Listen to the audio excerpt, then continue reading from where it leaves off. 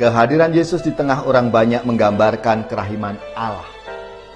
Yesus selalu siap sedia menyembuhkan penyakit, baik itu secara fisik, spiritual, dan perasaan kita.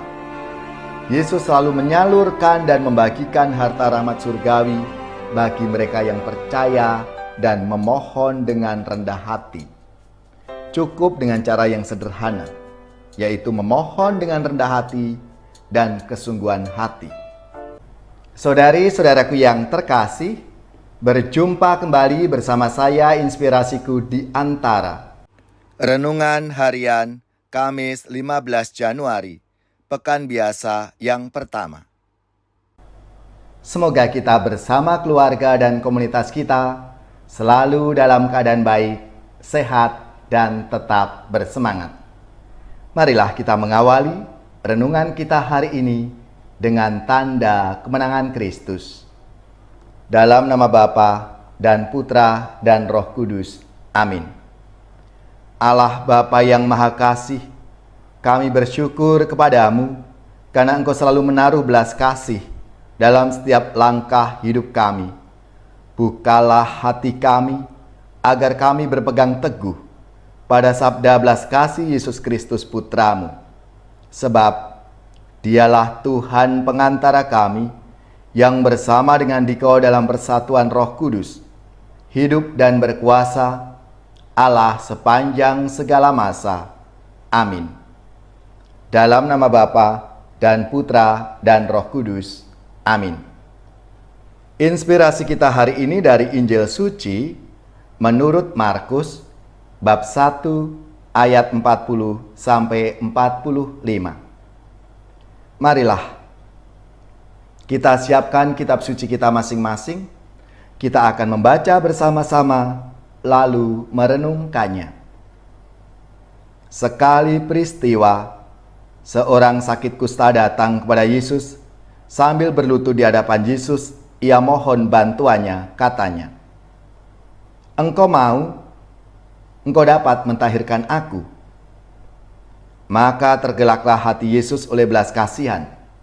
Lalu ia mengulurkan tangannya, menjamah orang itu dan berkata kepadanya, "Aku mau, jadilah engkau tahir." Seketika itu juga lenyaplah penyakit orang kusta itu dan ia menjadi tahir. Segera Yesus menyuruh orang itu pergi dengan peringatan keras, katanya, "Ingatlah, janganlah engkau memberitahukan hal ini kepada siapapun, tetapi pergilah, perlihatkanlah dirimu kepada imam, dan persembahkanlah untuk penahiranmu persembahan yang diperintahkan oleh Musa sebagai bukti bagi mereka." Tetapi orang itu pergi memberitakan peristiwa itu dan menyebarkan kemana-mana, sehingga Yesus tidak dapat lagi terang-terangan masuk ke dalam kota. Yesus tinggal di luar kota di tempat-tempat yang sepi. Namun orang terus juga datang kepadanya dari segala penjuru. Demikianlah sabda Tuhan. Terpujilah Kristus. Saudari-saudaraku yang terkasih, dalam kisah sabda Tuhan hari ini, dengan penuh keyakinan orang kusta itu datang di hadapan Yesus dan memohon, "Kalau engkau mau, engkau dapat mentahirkan aku." Tergerak oleh belas kasihan, Yesus menanggapi permohonan orang kusta seraya mengulurkan tangan dan berkata, "Aku mau, jadilah engkau tahir." Saudari-saudaraku yang terkasih, Yesus menyembuhkan orang kusta itu secara total, yaitu secara jasmani, sembuh secara sosial, dan secara psikologis. Orang kusta itu dapat kembali ke tengah masyarakat dan keluarganya. Yesus meyakinkan orang kusta dengan mengucapkan, "Jadilah engkau tahir." Maka sembuhlah orang kusta itu. Lalu Yesus memberikan pesan kepada orang kusta itu agar ia memperlihatkan kepada imam dan juga memberikan persembahan sesuai dengan apa yang menjadi tradisi dalam hidup dan masyarakatnya. Kehadiran Yesus di tengah orang banyak menggambarkan kerahiman Allah. Yesus selalu siap sedia menyembuhkan penyakit, baik itu secara fisik, spiritual, dan perasaan kita. Yesus selalu menyalurkan dan membagikan harta rahmat surgawi bagi mereka yang percaya dan memohon dengan rendah hati. Cukup dengan cara yang sederhana, yaitu memohon dengan rendah hati dan kesungguhan hati. Kerahimannya selalu tergerak oleh belas kasih. Datang dan mendekatlah selalu kepada Yesus yang Maharami itu. Tentunya kita yakin dan percaya, maka akan disembuhkan, akan diselamatkan. Saudari-saudaraku yang terkasih, marilah kita sungguh menyadari akan belas kasih Tuhan dalam hidup kita, asalkan kita terbuka hatinya untuk selalu datang kepadanya, memohon kepadanya. Dan Yesus akan mengatakan kepada kita yang datang kepadanya, "Aku mau, jadilah engkau tahir." Ya Tuhan, semoga karena belas kasih-Mu, kami Engkau sembuhkan dalam segala sakit penyakit kami, dan Engkau selamatkan agar kami selalu siap sedia, setia untuk mengikuti Engkau dalam karya pelayanan di dunia ini.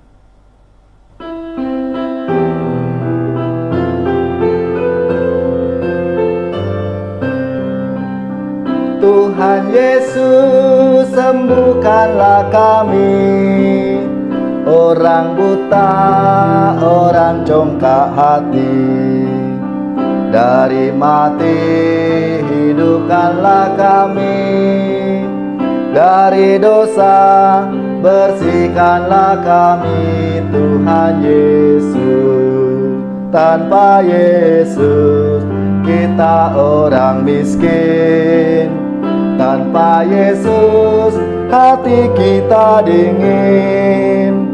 Dengan Yesus kita amat kaya. Hati kita akan bersukaria dengan Yesus. Tuhan Yesus, sembuhkanlah kami, orang buta, orang congkak hati. Dari mati hidupkanlah kami, dari dosa bersihkanlah kami. Tuhan Yesus, tanpa Yesus kita ketakutan. Tanpa Yesus kita tidak tahan. Dengan Yesus kita akan mampu mengalahkan kekuatan dosa.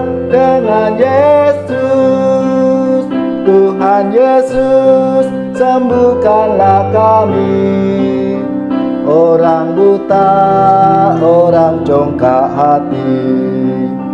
Dari mati hidupkanlah kami, dari dosa bersihkanlah kami. Tuhan Yesus, tanpa Yesus kita kesunyian.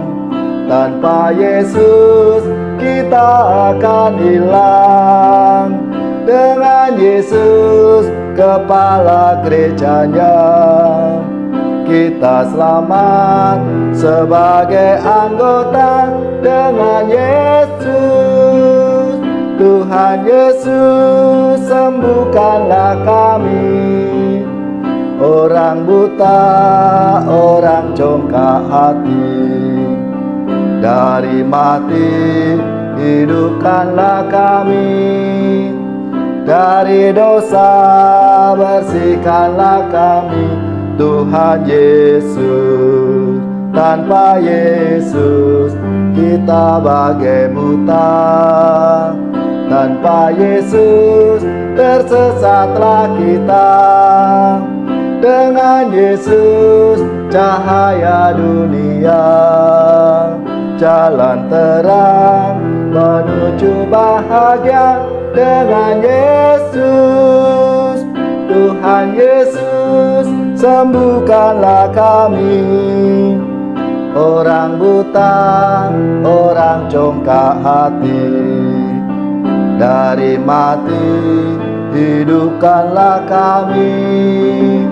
Dari dosa bersihkanlah kami, Tuhan Yesus.